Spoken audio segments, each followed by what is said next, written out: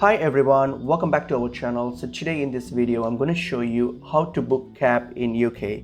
So let's get into the video. So you can simply open up the Uber app, so you can use that Uber to book a cab. So when you get to Uber, log into your account if you have an account. So it's pretty easy to sign up. You just need your phone number. So once you have logged into your account here, so if you want to book a cab, simply what you have to do, you will get once you're on your home tab here, so you will have your search bar here, where to. So simply click on it, and then when you click on it, so on your first bar here is your pickup location.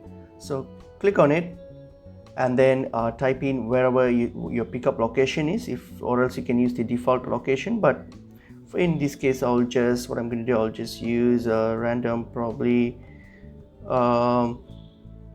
just choose a location, probably. Okay, I'll just use the airport, so let's say London Airport, and then where we are dropping off to, so select the drop off location. So I'll just choose some random location. Okay, so something like that. So I've already, so I've selected the pickup and drop off location. So now what will happen is Uber will display all the available options and transports for you. So what you can do is you can simply choose the one that's the rate for each option you have.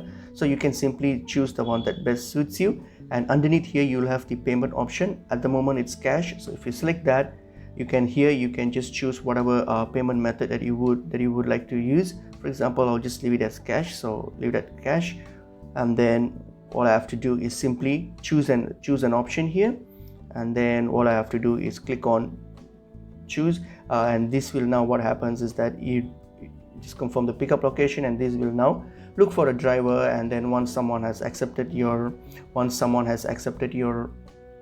drive, and that's it. You just have to wait for the cab, and then just once you have finished your trip, just have to pay them with your cash, and that's pretty much it. It's pretty easy, and it's pretty easy to use and straightforward. Hope this video was helpful. I'll see you in another video. Thank you.